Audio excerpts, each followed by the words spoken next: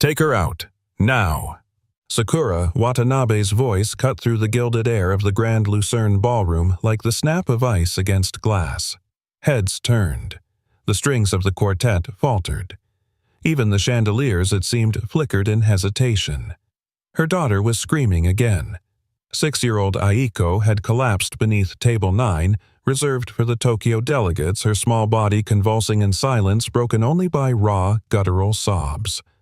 The clinking of silverware ceased. Dozens of eyes, sharp and scrutinizing, bored into them from all corners of the 5-star gala. Aiko Sakura knelt, trying to maintain composure as the hem of her navy gown brushed the floor. "Aiko, sweetheart, look at Mommy." Her voice was softer now, but it trembled like porcelain on the edge of a marble sink. But the little girl wouldn't stop. Her fingers clutched her ears. Her eyes shut tight. Her breath came out in sharp gasps. And all around them, New York's finest, richest, most powerful, watched. A photographer raised his phone. "Put that down!" Sakura snapped, rising so fast her chair toppled behind her. The man flinched. "Put it down, or I will sue you so fast your grandchildren will forget your name." A few polite chuckles rippled nervously, but no one moved. Then came the whispers. "Isn't that the Japanese CEO, Watanabe Holdings, Tokyo? Single mother, I heard. Always a bit off." The maitre d' hovered helplessly nearby, a cloth napkin still clutched in his fist like a peace offering. 2 waiters hesitated behind him, unsure if they should intervene or vanish into the walls. Sakura stood tall, face expressionless, but her knuckles were white at her sides. Aiko's sobs continued louder now, curling through the gold-leafed arches and dancing across the champagne glasses. "Not now," Sakura whispered, barely audible. "Not again." The memory of last year's board meeting where Aiko had crawled under the buffet table and wailed during her quarterly review hit her like a slap. The headlines, the memes, the accusations of weakness. She could feel it coming again. The judgment, the shame. Until a soft voice, barely more than a breath, floating through the stillness. "Hikari wa akuma ja nai yo." It was not English. It was Japanese. "Sore wa tenshi no ashioto." The ballroom froze. Even Aiko, mid-scream, paused, just for a heartbeat, then blinked. Sakura turned sharply, eyes scanning the shadows. The voice hadn't come from the staff. It hadn't come from the Japanese delegates. It came from somewhere low. A small boy, maybe 8 years old, stood a few feet away near the hallway entrance. He wore black sneakers, too clean for a dishwasher, a slightly oversized polo, and a name tag that read Kenji. He didn't belong here, but he didn't look afraid. His eyes were calm, gentle, steady. He stepped forward slowly. In his hands was a folded paper crane. Kenji knelt beside Aiko and without a word placed the origami bird gently on the floor before her like an offering. Then he whispered again this time, just one word. "Mamoru. Protect." Aiko looked up. Her breathing slowed. Her hands fell away from her ears. She reached for the crane with shaking fingers, then held it to her chest like it was made of light. No one spoke. Sakura stared. Her heart, which moments ago had been a clenched fist, now beat unevenly in her chest. That phrase, "Hikari wa akuma ja nai yo." Her mother had whispered that same phrase almost identically when Sakura, barely 5, had woken from night terrors in their tiny Kyoto apartment. Light is not the devil, it's the footsteps of angels. Sakura hadn't heard those words in 30 years. She took a step forward. Who taught you that?" The boy looked up at her. "My dad. He said it's something my mom used to say. Before she went away." A waiter finally found his voice. "Ma'am, would you like me to escort?" "No," Sakura said sharply, never breaking eye contact with the boy. "No one moves. Not one step." The boy blinked unsure. "What's your name?" she asked, quieter now. "Kenji Ellis." "Ellis," she repeated, confused. The name was unmistakably American. "My dad's name is Jack. He's the janitor. Another pause. Someone near the bar coughed. Sakura dropped to one knee, her hand instinctively reaching toward Aiko, who was now curled against her side, still holding the paper crane. "You speak Japanese?" she asked Kenji. "Only a little. I'm still learning. My dad's helping." Sakura's throat tightened. Before she could say more, the maitre d' finally approached with a forced smile. "Ms. Watanabe, perhaps we should escort you and your daughter to the private lounge upstairs." "Touch her," she said coldly, "and I'll have your entire staff in HR training by morning." The maitre d' retreated. Sakura turned back to Kenji. "Where's your father cleaning the second floor? He doesn't know I came down here. I just saw." I heard her crying. Sakura exhaled slowly. She looked at her daughter again, so small, so fragile in a world that demanded silence from her, and then at this boy whose presence had quieted the storm when nothing else could. "Why did you help her?" she asked. Kenji shrugged. "Because she looked like me." It was such a simple answer, but it landed like thunder. Somewhere in the back, someone was still filming. Sakura didn't care. The room could burn. She turned to the maitre d'. "Get me your director of staff, excuse me, and your head of security, now. Ma'am, I don't understand. I want to speak to the janitor." Jack Ellis had cleaned 1,000 halls, 1,000 floors, and forgotten most of them.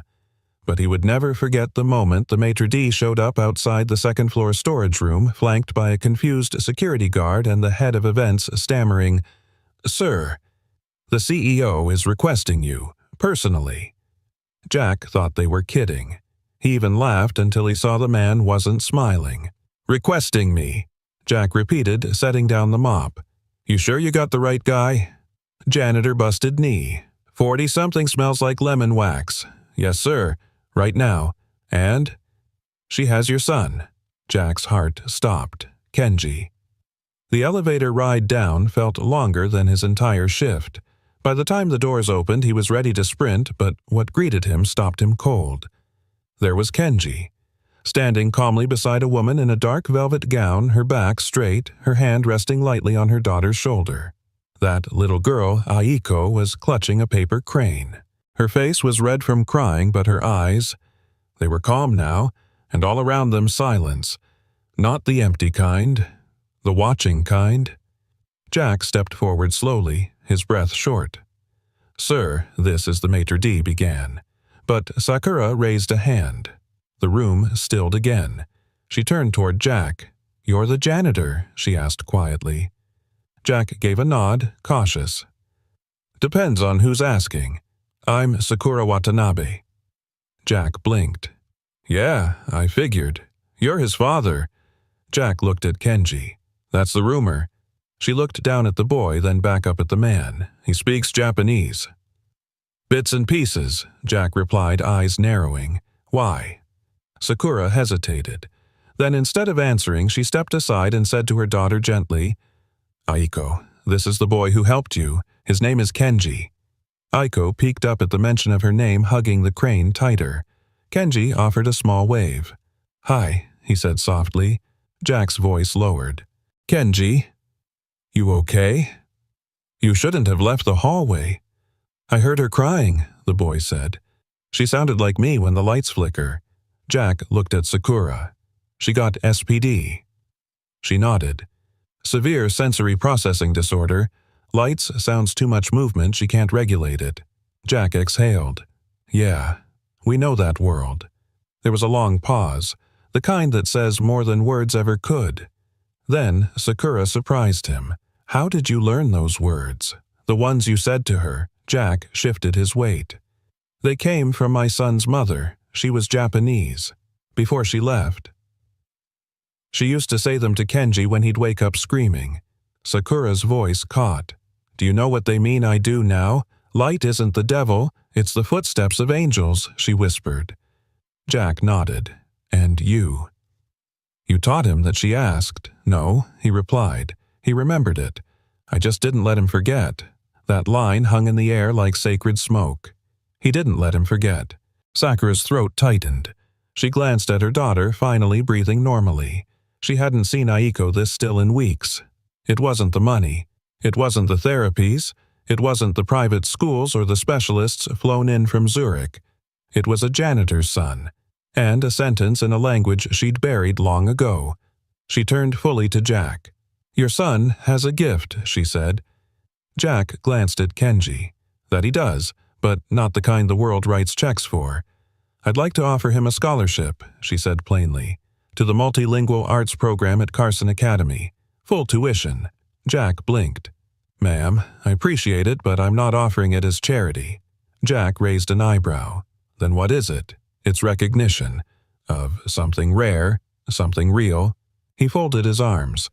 "Respectfully, I've learned not all that glitters is gold, especially when it comes with contracts." Sakura's lips twitched. "That's fair. I've turned down a lot of things in my life," Jack added, "but never something that's truly good for my son. So, if this is one of those things, I'll listen." Her gaze softened. Kenji tugged at his dad's sleeve. "Dad," Jack looked down. Kenji glanced up at Sakura, then back at his father. "She looks like she's trying really hard not to fall apart." Jack crouched beside him. "She does." "What do you think we do when we see someone like that?" Kenji thought for a moment. "Then we make them a crane." Jack smiled. "Attaboy." Then he turned to Sakura. "Ma'am, with all due respect, you don't look like someone who asks for help often. So before you offer us a school or a check, maybe tell me what you really need tonight." Sakura stood silent for a moment. Her mask, the boardroom diamond, hard one, was cracking, and then, almost too softly to hear, she answered, "I need someone who remembers how to speak," before they forgot. Jack didn't respond right away, but his voice, when it came, was gentle. "Then maybe we can start with a few words." That night, as the gala resumed and the noise of the world crept back in, one girl held a crane to her chest like it was the last warm thing on earth. And somewhere in the kitchen hallway, a janitor and a CEO stood quietly under the humming fluorescents. No lights, no cameras. Just two strangers trying to remember the language of the heart. The video was already online. 30 seconds of chaos, grainy and vertical, shot from behind a crystal candelabra. A little girl crying under a table. A woman, powerful, polished, snapping at the staff. A small boy appearing out of nowhere. A whisper. Silence. And then, a paper crane. The clip had already been viewed 87,000 times by the time Sakura Watanabe returned home that night. She didn't change out of her gown. She didn't take off her heels. She just walked barefoot across the marble foyer of her penthouse, clutching her clutch like a weapon, and collapsed onto the nearest chair. Aiko was asleep upstairs finally. After what felt like hours of bath-time meltdowns and whispered apologies, the child had drifted off, still holding the origami crane in her hands like it was something holy. Sakura stared at the silent TV screen in front of her, where the thumbnail of the video stared back. Title: The Janitor's Son Who Spoke Her Language. She hit play. At the 5-second mark, she heard it again. "Hikari wa akuma ja nai yo." The boy's voice. Steady, soft. "Sore wa tenshi no ashioto." Sakura felt her breath catch. The phrase cracked something inside her chest she didn't know was still there. A room sealed shut for decades. No air, no light. And then came the image that broke her completely. Her daughter, Aiko, quieting. Not with pills, not with force, with understanding. The screen blurred. Her eyes had begun to fill. She paused the video. The sound of the apartment fell in around her ticking clock, distant traffic, the low hum of the refrigerator. And then, so softly she almost missed it, she heard her own voice say, "How long have I been deaf to the one language that mattered?" She walked into her study. The walls were filled with awards. Businesswoman of the Year. Forbes 30 under 30. Time 100. Deals inked in Dubai. Panels moderated in Seoul. Keynotes delivered in flawless English across a dozen nations. But there, behind the books on negotiation and IPO strategy, behind the stainless steel frame holding her MBA diploma from Wharton, was a box she hadn't opened in 21 years. It was white, cracked at the edges. A red ribbon held it shut. The paper had yellowed like old memories do. Inside were a few photographs. A pressed flower.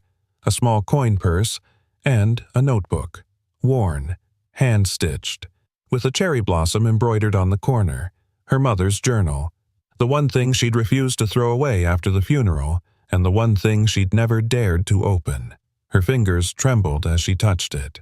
"You never stopped speaking to me," Sakura whispered. "I just stopped listening." She sat on the floor, curled around the notebook the way she used to curl around her mother's lap when she was little. The scent of lavender so faint now rose from the pages as she opened to the first entry. Japanese. Every word in Japanese. She couldn't read it, not fluently, not anymore. That was the cruel irony. Her mother had taught her the language of her ancestors with lullabies and bento boxes and handwritten kanji flashcards, and Sakura had buried it. To survive, to succeed, to blend in. "They made fun of me, Mama," she whispered into the page, "for how I spoke, for how I bowed, for how my lunch smelled. So I erased it all. I erased you." The ink had faded, but the shape of the words still breathed. And the first line, though she couldn't read it, she felt it. "Watashi wa itsumo anata wo aishiteru." I always love you. She didn't sleep that night. At 3:12 a.m., she called her executive assistant. "Melissa," she said, her voice hoarse. "Find me everything you can on a man named Jack Ellis. Custodial staff. He has a son named Kenji. I want background address work history. Quietly." Melissa, to her credit, only hesitated for 2 seconds. "Yes, ma'am." And Melissa, Sakura added, "If anyone in PR asks, tell them I'm not available. I'm not fixing this narrative, I'm following it."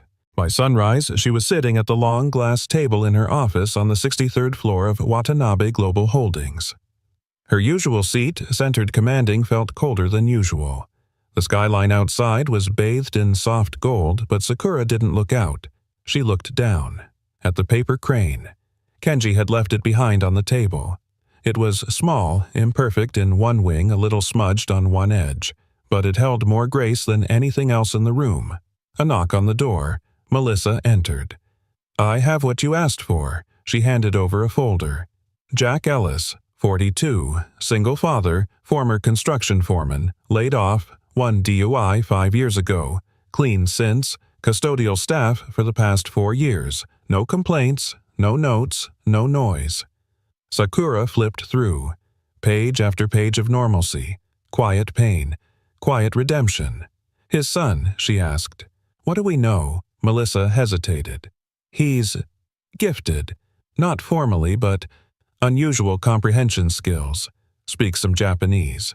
No formal schooling, last year registered as homeschooled." Sakura nodded slowly. "Melissa," she said, eyes still on the folder, "what's the most expensive thing you've ever bought that made you feel nothing?" The assistant blinked. "I don't know. A pair of shoes?" "I suppose." Sakura closed the folder. "For me, a penthouse in Tokyo. I thought it would make me feel close to her again, my mother, but it didn't." "You know what did?" Melissa shook her head. "A boy I've never met. Speaking in a tongue I tried to forget, to save a daughter I barely understand." There was a long silence. Sakura stood. "Tell the driver to be ready. We're going out. To where?" She looked at the crane again. Wherever that boy learned how to fold paper like it could carry someone's soul. The elevator doors opened with a quiet chime, but Jack Ellis didn't move. He stood there for a beat, staring into the hushed lobby of Watanabe Global's 63rd floor like a man peering into another planet. Polished marble, glass walls, a curated silence so clean it made his boots feel like they were shouting. Kenji tugged his hand. "Dad, you're squeezing." Jack glanced down. He hadn't even noticed how tightly he was holding his son's fingers. He loosened his grip, exhaled, and gave him a faint smile. "You ready, buddy?" Kenji nodded. She didn't look scary, just tired. Jack huffed. "Well, CEOs don't get much sleep. You know what they say? Big towers, heavier crowns." Kenji blinked. "I thought you said that about trees and birds." "Same difference," Jack murmured as they stepped inside. Sakura was already standing when they entered. She wore a navy blouse and soft gray slacks, less armor, more human. Her hair was pulled back, no makeup, no jewelry, just her. And in front of her on the table sat the same paper crane. "Mr. Ellis," she said, offering a nod. "Kenji." Jack cleared his throat. "You can call me Jack.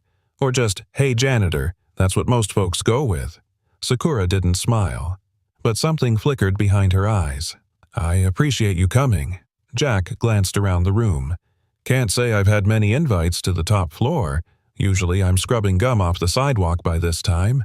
He motioned for Kenji to sit, but the boy stood still, eyes fixed on the crane. Sakura noticed. "It's safe. I didn't touch it." Kenji looked up. "You kept it." "I did," she said. "It reminded me of something I lost." Kenji stepped forward, gently repositioning the crane so its wings were even. "You know," he said softly, "if one wing droops, it won't fly straight. Even if it's just paper." Sakura nodded, her voice quiet. "That's true of people, too." The silence that followed wasn't awkward. It was full. Like both sides were waiting to see who would blink first, who would speak not out of obligation, but out of truth. Jack broke it. "So," he said, pulling out a chair and easing in this some kind of scholarship pitch or press cleanup, "just want to know which version of thank you I should expect." Sakura sat down across from him. "Neither. No cameras, no agenda. I wanted to talk." Jack raised an eyebrow. "That's new? You're cautious," she observed. "I've worked just enough events to know when gratitude's a mask for guilt." She didn't argue. Instead, she turned to Kenji. "Do you know," she asked, "what the first sentence was that your mother ever said to you in Japanese?" Kenji shook his head. Sakura looked down. "My mother used to say the same line she said. Exactly the same words you said to my daughter. I haven't heard them in decades." Jack watched her carefully. "You fluent?" "I was," she said, "until I decided not to be." "Why?" Her voice was a whisper, because forgetting hurt less than remembering. Jack nodded slowly. "Not in judgment, but in recognition." "I get that," he said. "I used to drink for the same reason." That caught her off guard. He continued, eyes still calm. "My wife left when Kenji was 2. No goodbye note. Just a box of baby clothes and the rent unpaid. I drank until the bottle stopped listening. Then I got clean because, well, I figured someone ought to be the adult." Kenji glanced up, quietly proud. Sakura leaned forward, in the language. "You learned it for him." "I tried," Jack said. "I'm awful at it. I sound like a tourist with marbles in his throat. But my son speaks in feelings. I just tried to learn enough to hear him back." "He speaks in feelings," she repeated. "That's a beautiful way to say it." "Yeah, well," Jack shrugged. "I mop floors for a living. Gotta make the poetry where you can." Sakura turned to Kenji again. "I have something," she said. She reached into her bag and pulled out a small, worn notebook. The cherry blossom embroidery on the corner nearly faded. Kenji leaned in. "It's beautiful. Did you make it?" "My mother did," Sakura replied. "But I never read it." "Why not?" "Because it's in a language I made myself forget. And because I was afraid of what it might say." Kenji touched the edge of the journal. Maybe it doesn't say anything bad. Maybe it's just waiting for you." "Waiting for me," Sakura repeated. "Like forgiveness I never asked for." She looked up, eyes misted. "Kenji, would you help me read it, one page at a time?" Jack glanced at his son, who was already nodding. Sakura turned to Jack.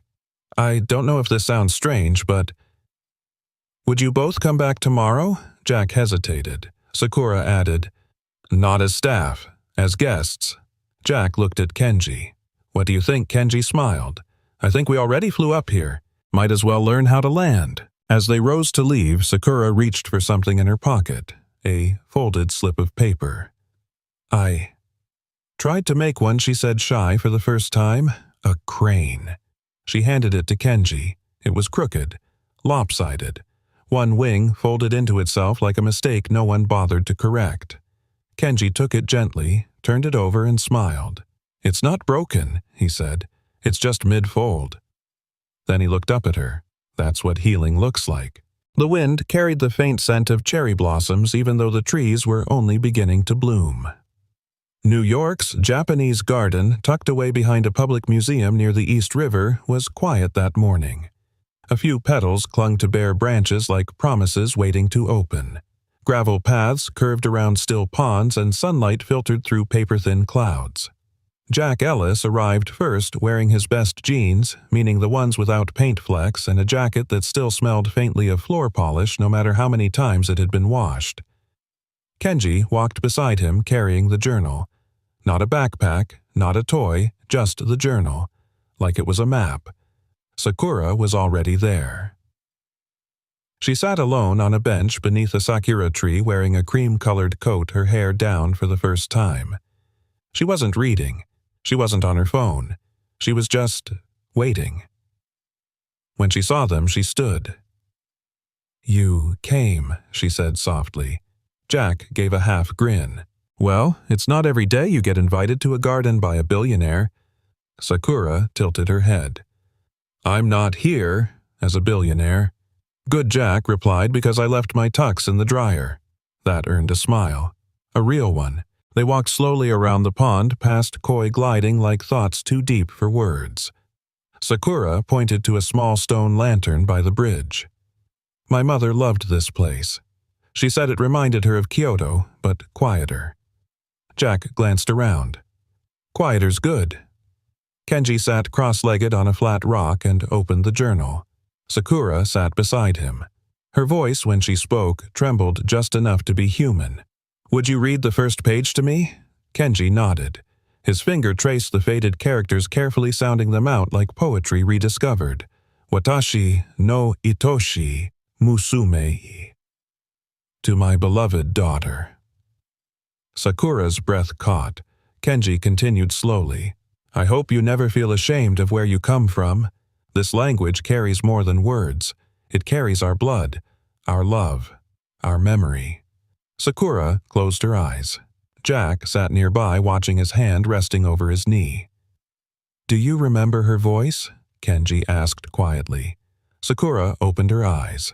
"Sometimes. In dreams. But mostly I remember her silence. Not because she was quiet, but because I stopped listening." "Sometimes silence is louder than screaming," Jack said gently. Sakura looked at him, startled by the truth in it. Then, almost too soft to hear, she whispered, "I used to pretend my mother had a secret language only I could understand. She would say things that made no sense to anyone else, but they wrapped around me like blankets." Jack nodded. "My dad used to hum jazz when he didn't want to cry," he said. "Men don't cry," he'd say. So he'd hum, loudly, off-key. That was his blanket. They shared a moment of quiet, not heavy, but sacred. Then Kenji unfolded a piece of paper from his jacket pocket. "I made you one," he said, holding it out. Sakura took the crane gently. It was smaller than the last. The paper was lavender with gold flecks. On one wing, there were Japanese characters written in delicate strokes. "Nukamori," Kenji said. "Warmth," Sakura translated. Kenji smiled. "You didn't forget everything." Sakura looked down at the crane, her voice barely a breath. "I didn't forget. I buried it." They moved to a small table near the koi pond. Sakura had brought thermoses of tea. Jack raised an eyebrow. "Real tea, or office-grade, just-add-sadness kind?" Sakura smirked. "Loose leaf, steeped, from Uji." Jack took a sip and let out a low whistle. "Yeah, that's smooth." Kenji giggled. "Dad thinks anything that doesn't come from a vending machine is fancy." Jack looked at Sakura. "I meant to ask." "Why now?" She didn't answer right away. Then, looking out over the pond, she said, "Because the night my daughter screamed." I realized I couldn't understand her. Not her words, not her pain, not her silence. "You weren't supposed to," Jack said. "We're just supposed to stay close enough until they let us in." Sakura turned to him. "That's what you did with Kenji?" Jack nodded. "Every day. Sometimes I still feel like I'm on the outside of a house with no doors. But I knock. I wait. He always opens eventually. That's love," she whispered. "The knocking, not the door." They sat in silence again this time, surrounded by birdsong and the rustle of the wind through the trees.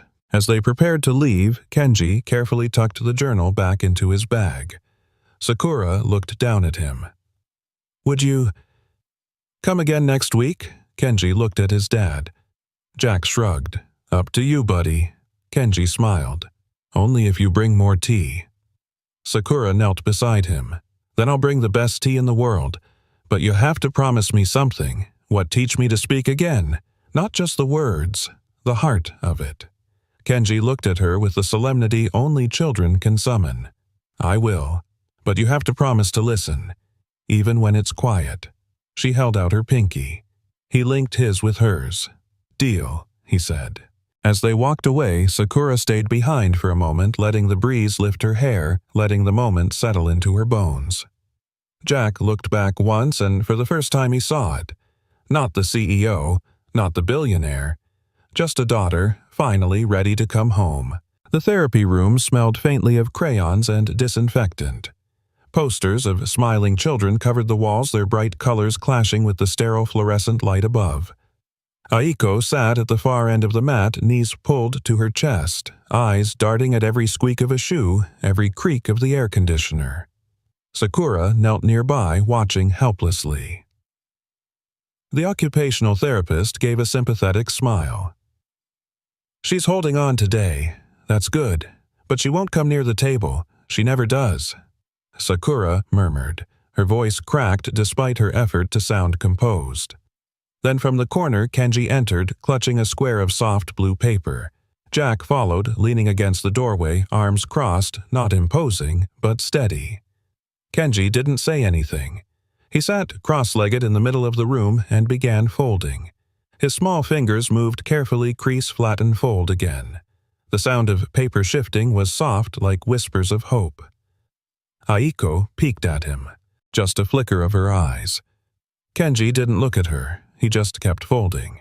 When the shape was almost done, he whispered, barely audible but clear enough to carry, "Every fold is like a heartbeat. Even if you can't hear it, it's still there." Sakura held her breath. Kenji pressed the wings together, forming the crane. He set it down on the mat halfway between himself and Aiko. Then he leaned back, hands in his lap. Silence. Then, slowly, cautiously, Aiko crawled forward. Her fingers trembled as she touched the crane. She picked it up clumsily, the wings bent, the beak tilted. Still she held it against her chest. Kenji smiled. "It's yours." And then, barely a whisper, Aiko's lips parted. "Arigato." The word was fragile, broken by fear, but it was there. Sakura gasped. Tears blurred her vision. She looked at Jack. He was frozen, his eyes wide, his jaw tight, as though afraid any sound might shatter the miracle. The therapist whispered. She spoke. She spoke. Sakura crawled forward, but Kenji held up a hand gently. "Don't. Not yet. Let her hold it." Aiko rocked slowly, clutching the crane. Her breathing steadied, her shoulders loosened. For the first time in months, her tiny body seemed at peace. Sakura pressed her hand against her mouth, choking back a sob. She said thank you, in Japanese. Jack's voice was low, reverent. Sometimes the heart remembers before the mind does. Later in the quiet of the hallway, Sakura leaned against the wall, wiping her eyes. Jack stood beside her, arms folded, gaze distant. "You knew this might happen," Sakura said, almost accusing. Jack shook his head. "No, I hoped. That's all. I've seen Kenji do it before with kids at the shelter, with neighbors' kids. Sometimes his quiet is louder than my words. But this—" He paused, his voice breaking. This was different. Sakura looked at him, her expression raw. "Do you have any idea what this means? Specialists, treatments, endless hours, and it was your son who reached her." Jack met her eyes. "It wasn't my son, it was your daughter." She decided to reach back. That line struck deep. Sakura turned away, pressing a hand to her chest. "I've built empires," she whispered. "But I couldn't build a bridge to my own child." Jack's reply was quiet, steady. "Maybe bridges aren't built. Maybe they're folded one crease at a time." Sakura looked at him, her lips trembling. "Do you know what the board will say if they hear about this?" she asked bitterly. "That I'm weak, that I'm distracted, that I can't lead." Jack shrugged. "Let them talk. A title's just a nameplate. Being a mother, that's the kind of title you can't outsource." When they returned to the room, Aiko was sitting closer to Kenji watching him fold another crane. She mimicked his movements awkwardly, her small fingers fumbling but determined. Kenji laughed softly. "It's okay if it's crooked. Cranes don't mind. They just want to fly." Aiko tilted her head as if weighing the truth of that. Then to everyone's shock, she folded badly unevenly, but enough. A second crane sat on the mat. Kenji clapped gently. "You did it," Aiko smiled. "Not big, but real." Sakura covered her face with both hands, tears spilling through her fingers. Jack moved closer and spoke quietly in her ear. "That right there? That's the sound of healing. Don't miss it by crying too loud." She laughed through her tears, shaking her head. "You don't understand. I've prayed for this moment, and it came from the one place I never looked." Jack gave a small smile. Funny thing about miracles, they never read resumes. As they left the center, Sakura carried the two cranes in her palm as if they were made of glass. She turned to Kenji. "Thank you," she said. Kenji shook his head. "Don't thank me. Thank her." She folded it. Sakura knelt down, her voice breaking. "No, Kenji. You gave her the courage to try. That's more than doctors, more than therapy. You gave her permission." Kenji blinked, unsure how to answer. Jack put a hand on his son's shoulder. "Sometimes the smallest permission changes the biggest lives." Sakura looked at them both, her heart torn between awe and fear. She knew what this meant not just for her daughter but for her world. The board, the shareholders, the vultures who circled every mistake. She clenched her jaw, whispering more to herself than to them. "They'll never understand this. They'll say I'm losing control." Jack's voice cut through her spiral. "Maybe. But if losing control is what it takes for your daughter to breathe, then maybe control's overrated." Sakura froze. The words landed like truth she'd been too afraid to name. She looked at him, eyes blazing, then softened. "Do you always have answers?" Jack chuckled. "No, just scars that look like answers." That night, Sakura tucked Aiko into bed. The cranes sat on the nightstand, their crooked wings glowing in the lamplight. Aiko's hand lingered on her mother's wrist before she drifted off. Sakura sat there long after watching her daughter sleep, whispering to the silence, "I forgot my mother's voice. I will not forget hers." "Let's get one thing clear. This is not a daycare." The voice sliced through the boardroom like a scalpel. Mr. Decker, silver-haired, polished, leaned forward with both elbows on the table. His cufflinks glinted like tiny threats. Sakura didn't flinch. "And this is not a courtroom," she replied evenly, her spine straight. She sat alone at the head of the table, eyes alert behind a calm facade. 12 board members surrounded her, each flipping through the same printed packet, the headline from a business blog circled in red, "CEO breaks down in public company. Shares dip amid emotional scandal." Sakura let the silence stretch. No one spoke. No one needed to. The message was clear. Her daughter's breakthrough was their brand's breakdown. Mr. Langston, the CFO, cleared his throat. "We sympathize with your situation, Sakura, truly. But shareholders," she cut in. "Shareholders didn't raise this company from a garage storage unit to a global logistics empire. I did." Her tone was quiet, but each word hit with surgical precision. Mrs. Callahan, the only other woman in the room, leaned forward. "You're not being accused of neglect, but emotional instability." "I'm not unstable," Sakura said sharply. "I'm a mother, and for the first time in 6 years my daughter spoke. Would you like to tell me what part of that is bad for business?" Another silence. Some averted their eyes. Others didn't bother. Mr. Decker spoke again. "Optics matter. The video, crying folding paper cranes in a therapy room. It's not professional. You're the face of this company. Then maybe the world needs a new face of leadership," Sakura said, her voice tightening. one that doesn't hide behind suits and spreadsheets when it's time to show a human heart. Mrs. Callahan sighed. Sakura, no one's saying you're not capable. But you've become a liability. That word, liability, it lodged like ice behind her ribs. She rose from her chair, slowly, deliberately. You know what's a liability, she said, voice steady. Leading a company that's forgotten how to lead with compassion.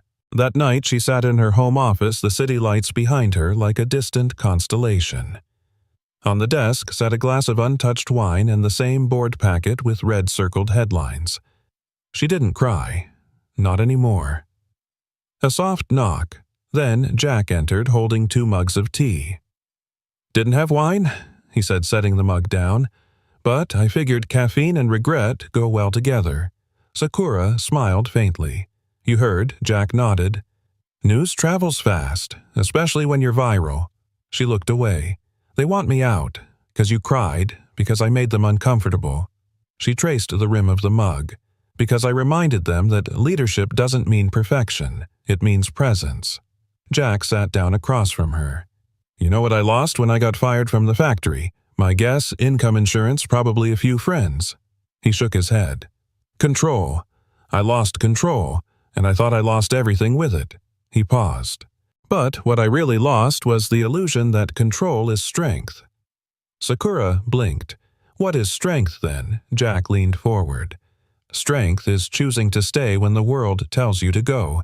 It's saying, I'm still her mother, even when it costs you your crown.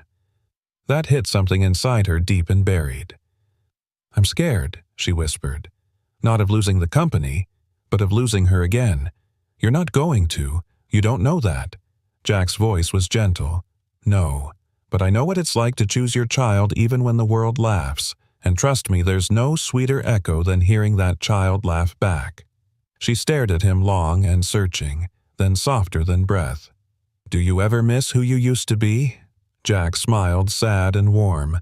Sometimes, but then Kenji looks at me like I'm enough, and I realize I'm exactly who I was meant to be. 2 days later, the company's annual spring gala buzzed with anticipation. The venue, a glass ballroom overlooking the Hudson, was lit in golds and whites as elegant as it was sterile. Sakura arrived in a black silk dress, her hair pinned back, face calm. But something in her presence had shifted.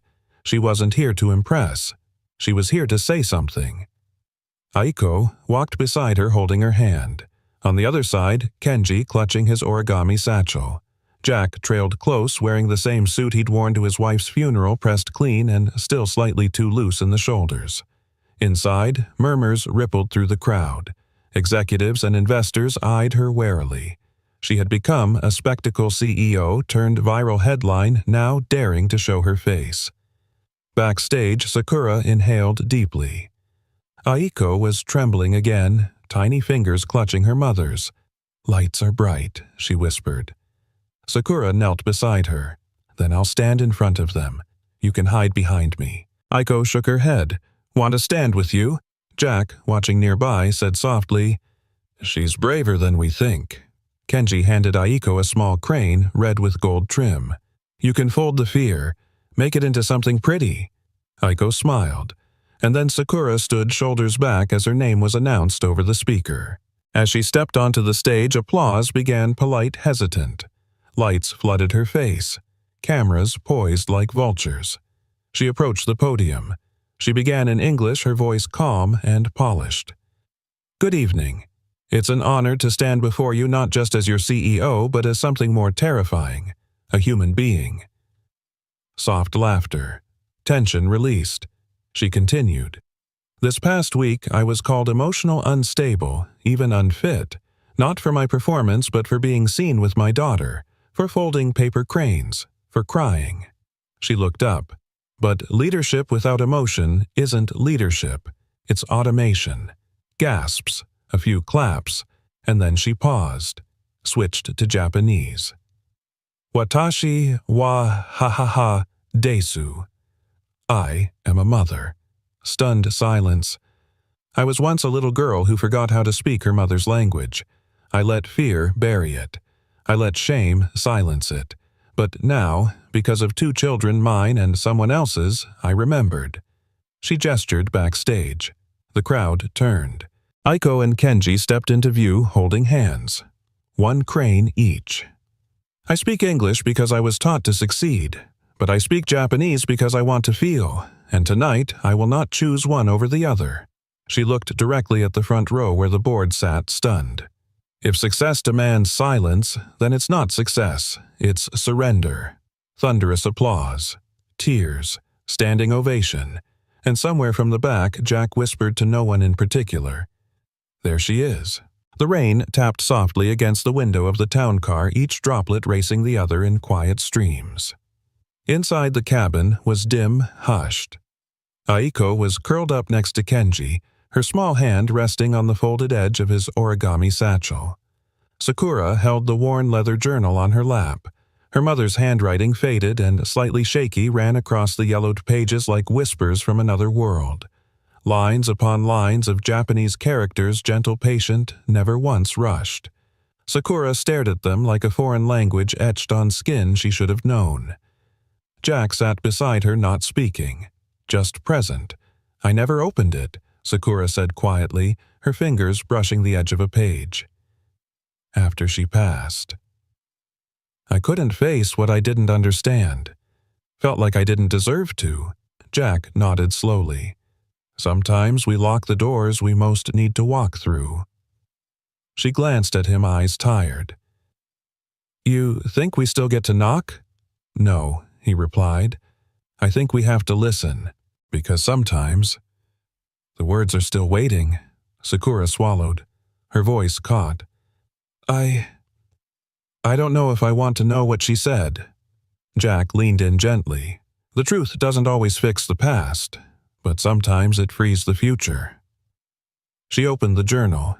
The smell of age and paper filled the car. Her eyes scanned the page until she reached a paragraph, one written with different strokes. The ink slightly darker, the hand shakier. She turned to Jack, voice trembling. Can you read it to me? He nodded, took the book into his calloused hands, cleared his throat. He began in Japanese slowly, reverently, then paused, translating aloud in English. If my daughter reads this one day, I hope she knows she was never too American for me. I only wanted her to feel safe to be both. Sakura looked down, her hands clasped so tightly her knuckles were white. Jack continued, his voice soft. I tried to write in English once, but the words felt stiff. So I wrote the way I spoke to her when she was little, in lullabies, in lunchbox notes, in the language I knew. Maybe she'll never read this. Maybe she won't forgive me. But if she ever wonders, yes, I heard her anger. I saw her silence. I held her pain. If you don't understand, it's okay, because I understand you, and I forgive you before you ever asked. Silence. Not the hollow kind, the full kind, the kind that holds 2 broken hearts close and waits for them to beat again. Sakura let out a sharp breath, one hand flying to her mouth as if to hold in the sob, but it came anyway, raw and aching. I never told her I was sorry, she whispered. Jack didn't interrupt. He let the words come. I was ashamed of how I treated her. Sakura continued, voice cracking. The way I shut her out, the way I erased her to fit in. You were a child, Jack said, trying to survive. But I grew up and still pretended she didn't matter. She knew, Jack said firmly. You think that kind of love doesn't see past the hurt, that kind of love waits, even after it's gone. She closed her eyes. She didn't die angry, Sakura said at last, almost in disbelief. All this time, I thought... Jack reached over, placed the open book back in her hands. She didn't leave you empty. She left you a voice. Later that evening in the gala dressing room, Sakura sat before a mirror with bare lips and a quiet face. The buzz of the ballroom could be felt even through the walls, chatter, laughter, camera clicks. But in this room, time had paused. Aiko stood in front of her, fidgeting. Her dress was cream-colored with tiny cherry blossoms embroidered near the collar. Kenji adjusted her sleeve carefully. She's scared again, Kenji said gently. Sakura knelt in front of her daughter. Aiko, she said, brushing a loose strand of hair from her forehead. Do you want to go home? Aiko looked up at her, shook her head. No, the little girl pointed at the mirror. I want to see me. Sakura blinked. What do you mean? Kenji spoke quietly. She means she wants to see who she is, not who the cameras think she is. A moment passed. Then Sakura pulled Aiko into her lap. She opened the journal and placed it between them. This was my mommy's book, she said. She wrote it in a language I forgot for a long time. Aiko traced the faded words with her small fingers. Sakura continued. Tonight, I want to tell the world a story, but I don't want to tell it alone. I want to tell it in the language of who I was and who I am. Will you stand with me? Aiko hesitated, then slowly nodded. Sakura kissed the crown of her daughter's head. Good, she whispered, because I think this is what healing sounds like. As the stage manager called her name, Sakura rose, but before stepping onto the stage, she turned to Jack. Her voice was low. Do you think she hears me now? Jack smiled. She always did. You just finally answered back. The ballroom was bathed in gold. Crystal chandeliers shimmered overhead, casting soft light on rows of well-dressed guests, the upper crust of New York society. Champagne flutes clinked. Laughter buzzed like bees behind velvet masks. But on the side of the stage behind a black curtain, a little girl trembled. Aiko's hands were clenched into fists at her sides. Her breathing was shallow, eyes wide as the bright lights danced across the polished floor in front of her. Her gaze darted to the crowd, then back to her mother. Sakura knelt in her heels, her sleek dress pooling around her like a black wave. She cupped Aiko's face with trembling hands. Honey, she whispered, do you want to stay backstage? You don't have to go out there. Aiko shook her head hard. Sakura's voice broke. But you're scared. I'm not scared of the people, Aiko said, surprising them both. Sakura blinked. Then what are you scared of? Aiko looked down. Her voice was barely a whisper. I'm scared. You'll stop talking like that again. Sakura's heart cracked wide open. Before she could reply, Kenji stepped forward. In his hand was a pale pink origami crane. He gently placed it into Aiko's palm. You don't have to talk loud to be heard, he said. You just have to fold the right words. Aiko's fingers closed around the paper bird. Sakura inhaled sharply, then stood. The MC's voice echoed through the speakers. Please welcome to the stage Sakura Watanabe, CEO of Watanabe Technologies. Applause followed. Polite, curious, guarded. Sakura stepped into the light. Her heels clicked against the hardwood, her posture straight, her eyes scanning the crowd. Board members, shareholders, press, people who had whispered, too emotional, too foreign, too unstable. She reached the podium. A spotlight hit her square in the face. She glanced back just once at Aiko, Kenji, and Jack standing silently behind the curtain. Then she turned to the mic. She opened her mouth and said nothing. Not for 5 seconds, not for 10, but 20. A murmur ran through the audience. Someone coughed. Sakura finally spoke. My daughter doesn't like bright lights. The room fell still. She has sensory processing disorder. At our last gala, she had a meltdown. Someone live-streamed it. It went viral. People said I lost control, that I was weak, that I was an embarrassment to the company. She paused. They were right. Gasps. Shifting in seats. I was an embarrassment to my daughter. I failed to speak her language, not English, not Japanese, but the language of understanding. The language of presence. A few eyes began to glisten. I used to think leadership meant strength, stoicism, making tough decisions without apology. But then, a janitor's son whispered to my daughter in a language I had forgotten, and she calmed. She heard him. Because he saw her, she let the words sink in. Tonight, I was supposed to deliver a keynote about innovation and global expansion. I was supposed to say something impressive, something strategic. She reached into her clutch, pulled out a small folded page, a page from her mother's journal. But instead, I want to read something written by a woman who never made headlines, never went viral, never led a company, yet taught me more about leadership than any boardroom ever did. She took a breath and began to read in Japanese. Soft, measured, reverent. Her voice quivered at times, but it held. Natagafen karanakutemo dajangvu siha anata wo wakatteru, soshite anata wo yuishiteru. She translated slowly, each word a healing balm. If you don't understand, it's okay. I understand you, and I forgive you. You could hear a pin drop. Her voice cracked as she continued. I spent years running from my mother's voice, and in doing so, I almost silenced my daughters. But tonight, I want to say this clearly in the only two languages I know how to be honest in. She looked at Aiko. Aiko? She stepped down from the podium, walked barefoot, now her heels forgotten behind her. She reached her daughter, knelt. Aiko, she whispered in Japanese just loud enough for the front row to hear Junhagwang nanoni si hajun ni zibun wo ing dato homowasete shimatta. Gomen nasai? You are the light, but I made you feel like the darkness. I'm sorry. Aiko's lip trembled. Then she opened her tiny hand and placed the origami crane on her mother's chest. The room held its breath. Then, tiny as a sigh, Aiko whispered, Mama. It was the first time she had said it in public, ever. Sakura gasped, and the sound of her child's voice shattered something in her. Tears poured freely down her cheeks.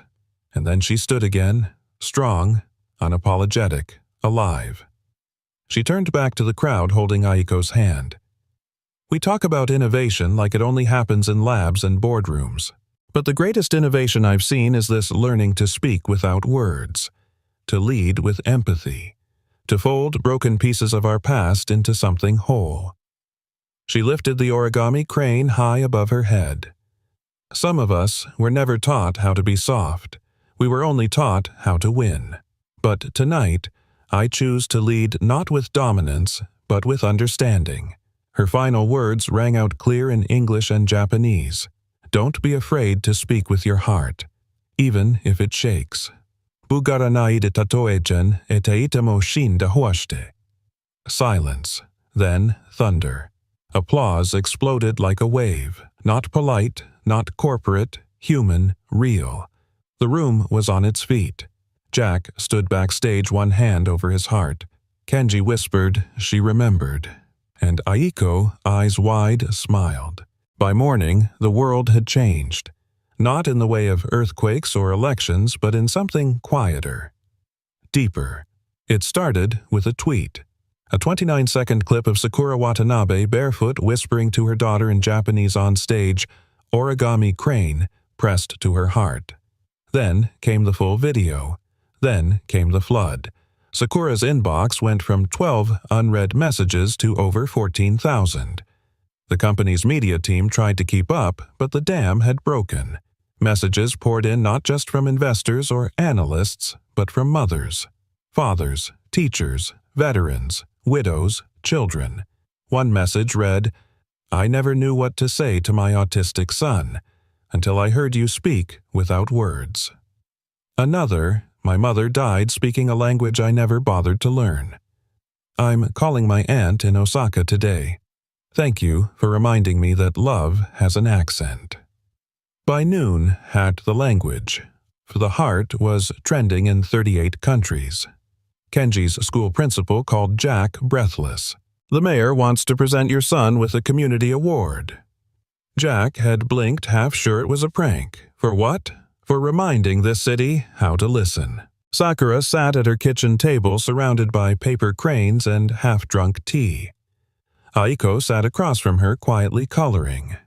Kenji was folding a swan, and Jack was flipping through an envelope he'd received from a local therapist group they wanted to adapt Kenji's origami techniques into SPD therapy models.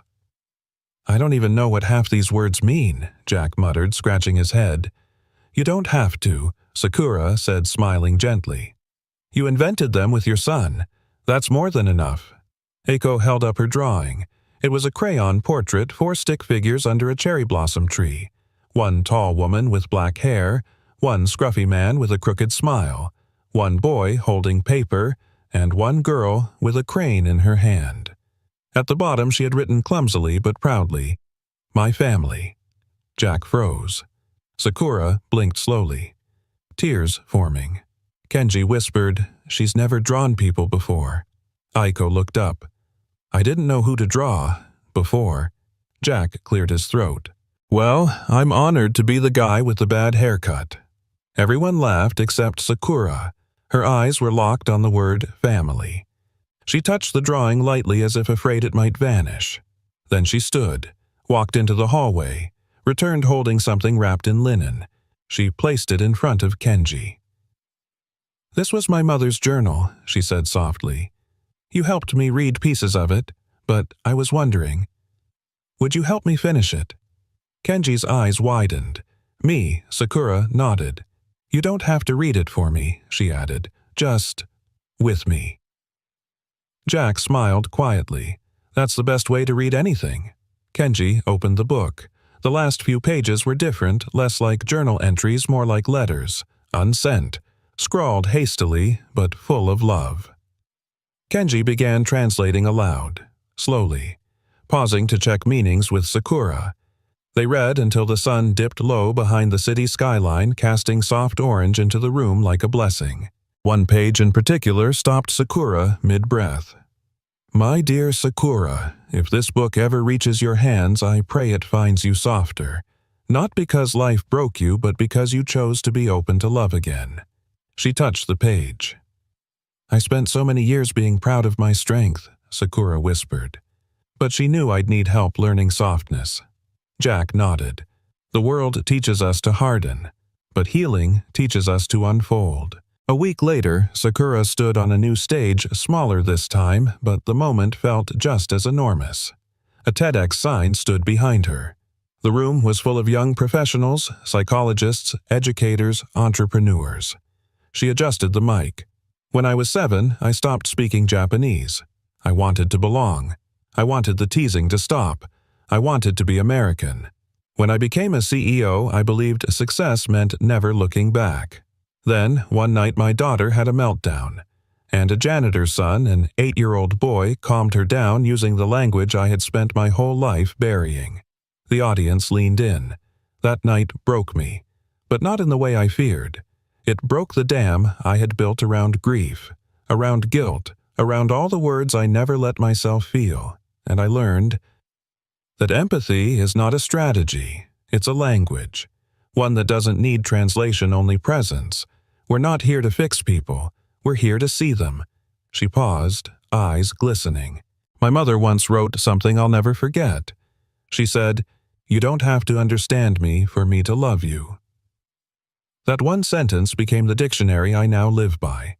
Thunderous applause followed her off stage. That same evening, Sakura's team uploaded the final scans of her mother's journal, now fully translated into a digital archive. They titled it, "The Dictionary of the Heart." Within 48 hours, it had 2.4 million views. Messages poured in from Japanese-American readers, from mothers with nonverbal children, from veterans with PTSD, from linguists, from speech therapists, from people who had forgotten the sound of their own parents' voices. One comment read, "I've lived with my father for 12 years and never said I love you. Tonight I folded him a crane. He smiled. We're learning." Sakura read every comment, every letter, and then she sent one of her own. To Jack. A simple note. "Thank you for not fixing my daughter, for simply seeing her." Jack replied with a photo. It was of Kenji's room. On the wall was a poster, handwritten, taped crooked. It read, "Some words heal more when they're folded." The next morning, a package arrived at Sakura's office. Inside was a single origami crane, made of gold foil paper, and a note from the Tokyo Museum of Modern Communication. "We'd like to display your mother's journal. Alongside the crane, your daughter held." A legacy of a language born in silence, carried by love. 3 months later, the world had moved on, but the hearts it had touched had not. The cherry blossoms bloomed late that spring. New York didn't have many, but the little park near the Hudson had enough to feel like something sacred. Soft petals floated like breath on the wind. Beneath them, laughter rose in the little pockets carried on paper cranes, and quiet joy. Inside a modest community center across the street, a new kind of classroom was being born. On the whiteboard, bilingual emotional literacy, opening class below that, in softer handwriting, the language of the heart has no translation. Rows of parents sat nervously with their children, some tapping, some flapping, some silent, some humming. Every single one of them had been told at some point that their child was hard to reach. Today, they came to learn how to listen differently. At the front of the room, Jack adjusted a fold in his son's collar. "You ready, buddy?" he asked. Kenji nodded solemn and proud in his little button-down shirt. "Can I read the part about her heart?" "Only if you don't cry before I do." Kenji grinned. "Deal." Sakura entered a moment later with Aiko, who was wearing a soft yellow dress and holding a small bouquet of paper cranes on popsicle sticks. Her hands trembled slightly as she took in the room, but she didn't hide. Jack looked over. "She okay?" Sakura smiled. "She said she's ready to fold." The room quieted as Kenji stepped up to the podium. He cleared his throat and opened the small book he had helped write the Dictionary of the Heart. "My name is Kenji Ellis," he began. "And this book is about words we don't always know how to say, like sorry, or scared, or I miss you, or I love you." He paused and glanced at Aiko, who nodded from the front row.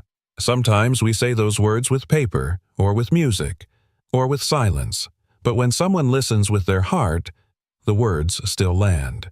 My dad always told me, it's not about fixing what's broken, it's about holding what hurts. That's why we fold." He lifted a single paper crane and held it high. The audience, parents, children, teachers, sat in reverent stillness. Then Kenji whispered, "This one is for my mom, wherever she is." Later, the children gathered around a long table covered in origami paper. Some fumbled, some flew, some made blobs, some folded perfect swans. It didn't matter. Each fold carried a message. You're not alone. Aiko hesitated before touching the paper. Her fingers hovered, then slowly pinched a corner. Kenji leaned in. "Just follow the line. The paper already knows what it wants to be." Aiko folded. Once. Twice. Then she whispered so faint it was almost a breath. "Can I give it to Jack?" Sakura knelt beside her, eyes wide. "Of course, sweetheart." Aiko crossed the room, stopped in front of Jack, and placed the crane in his palm. "This is for when you miss your wife," she said softly, "so you don't feel alone." Jack blinked hard. No words came for several seconds. Then finally, "That's the most beautiful thing anyone's ever folded for me." He knelt, and she hugged him tentatively at first, then fully wrapping small arms around his neck. Sakura watched from across the room. Jack looked up, eyes meeting hers. In that look, 1,000 conversations, none of them spoken aloud. She stepped closer. "She's never made something for anyone before." Jack smiled. "I guess we're all learning how to speak without saying much." Sakura held his gaze. Maybe that's the language we've all forgotten. Outside, the sky shifted to golden blue. The kind of light that forgives. The four of them, Sakura, Jack, Kenji, and Aiko, walked through the tiny cherry blossom park now glowing in late afternoon sun. Aiko skipped ahead with Kenji, both carrying baskets of cranes to hang in the trees. Sakura and Jack strolled behind, side by side. I've been thinking Sakura said her voice softer than the wind, maybe. Maybe healing isn't a destination. Jack tilted his head. No, it's a direction.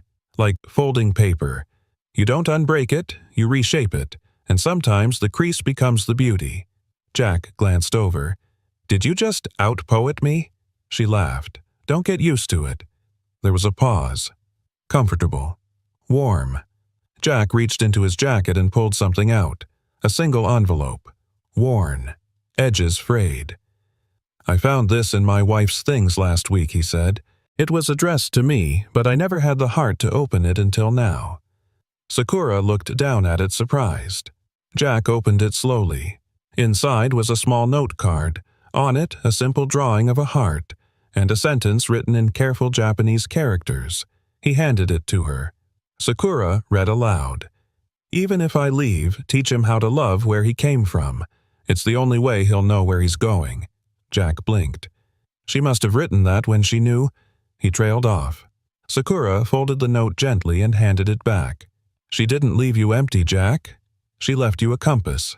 He nodded. "And it led me here." They turned to see Aiko hanging the last crane from a low branch, her face beaming. Sakura leaned closer. "Jack." "Yeah. Would you like to join us for dinner tonight?" He looked over, surprised. "All of us." She smiled. "Yes, all of us." He paused. "Only if I get to cook, and no more sushi jokes." Sakura chuckled. "Deal, but I'm bringing dessert. Origami cake. Better. Peach mochi." Jack grinned. Now that he said is the language of love. As the sun dipped and the cranes swayed in the breeze, Aiko ran back to them holding Kenji's hand. Sakura opened her arms and Aiko ran into them without hesitation. Kenji joined, hugging them both, and then, without a word, Jack stepped forward. The four stood in a quiet circle beneath the blossoms. Not perfect, not whole, but folded together, in silence, in hope, in love. Some families are born in silence shaped in pain, but folded with love. Sometimes. The deepest conversations are the ones we never speak aloud. If this story touched your heart, if you've ever longed to be understood without saying a word, or if you found love in the most unexpected of silences, then we'd love to hear from you. Tell us where you're watching from.